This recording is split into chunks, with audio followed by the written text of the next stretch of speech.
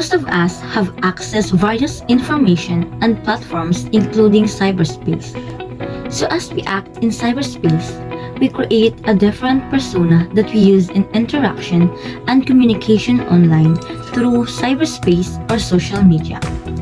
So this persona that we use online is called the digital self. But what exactly mean by digital self? So it means that it is the persona you use when you are online. A mask that we put on to engage the technological world. So it is defined what the individual shares or how they present themselves online or using social media. Also, it is the aspect of the self that is expressed or shared sa uban with the use of digital technology like dyan mga social networking like Facebook, Instagram, Twitter, o uban pa. So with the advent of social media, join na ato digital identity that is presented in virtual space. So, joy positive online interactions like the way na may mag-like, mag-comment sa ato social media pages. So, makatabang siya para makaboost ng confidence and self-esteem. So, we get validation from our physical self, our spiritual self when someone posts, let's say, biblical quotes and the person gets like and comments, so the person tends to be validated, in terms of that aspect of their self-concept.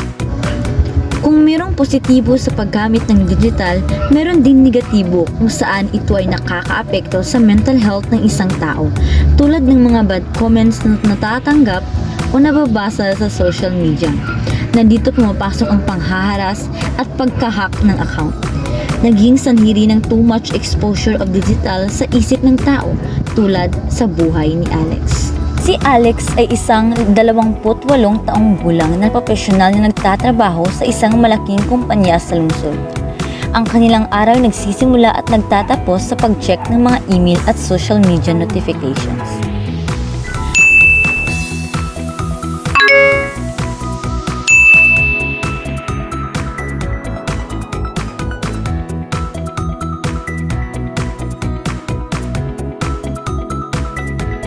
Sa opisina, si Alex ay patuloy nagmo-multitask, sumasagot ng tawag, nagre-reply sa mga email at tinitingnan ng mga updates sa social media.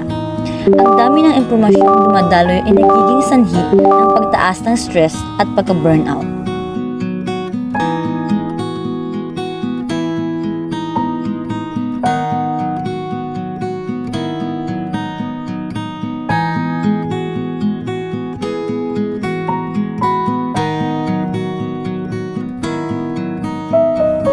Sa tuwing magpapahinga si Alex, binubuksan niya ang kanyang telepono at tinitingnan ang social media. Nakikita niya ang mga post ng kanyang mga kaibigan na nagbabakasyon, nagtatamo ng mga tagumpay at tila may perpektong buhay. Hindi niya maiwasang ikumpara ang kanyang sarili sa kanila. Unti-unti, nararamdaman ni Alex ang pagbigat ng pakiramdam ng pagkabigo at kawalan ng sapat na halaga. Nagsisimula siyang magduda sa kanyang sariling kakayahan at sa kanyang sarili bilang isang individual. Pag-uwi sa bahay, imbes na magpahinga at mag-unwind, si Alex ay patuloy at nakatutok sa kanyang telepono. Ang mga oras na dapat sanay para sa sarili ay nagiging oras ng pag-aalala at pagkabahala. Sa gabi, nahihirapan si Alex na makatulog. Ang kanyang isipan ay puno-puno ng mga alalahanin at pagkukumpara, sanhi ng walang tigil na exposure sa digital na mundo. Nawawala ang kanyang kakayahang mag-relax at magkaroon ng maayos na pahinga.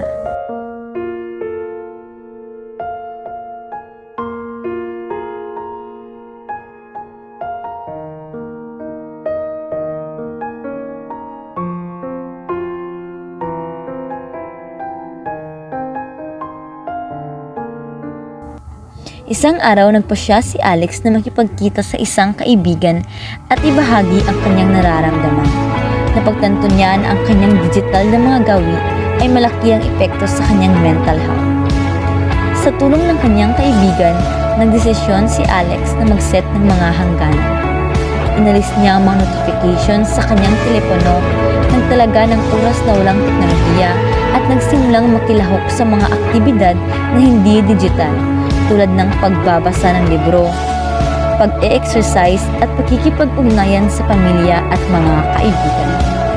Sa paglipas ng panahon, nararamdaman ni Alex ang malaking pagbabago. Unti-unting bumuti ang kanyang kalusugan ng isip.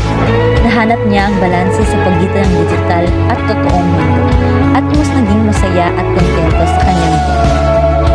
Ang digital na sarili ay mahalaga, ngunit hindi ito dapat maging sentro ng ating buhay. Tulad ni Alex, maaari nating mahanap ang tamang balanse at bigyan ng halaga ang ating kalusugang isip. Tandaan, nasa inyong mga kamay ang inyong kagalingan. Gawin ang unang hakbang ngayon.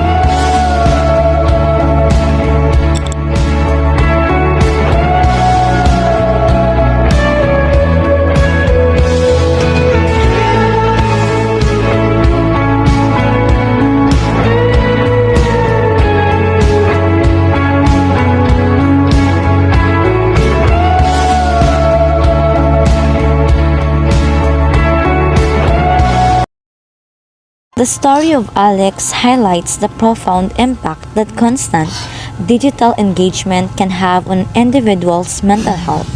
It demonstrates how the incessant influx of information, social comparisons, and the pressure to stay connected can lead to increased stress, anxiety, and sense of inadequacy. By taking proactive steps to set boundaries and prioritize offline activities, Alex's journey underscores the importance of finding a healthy balance between the digital world and the real life. Ultimately, the narrative serves as a powerful reminder that while technology is a significant part of modern world life, maintaining mental well-being requires mindful and intentional use of digital tools.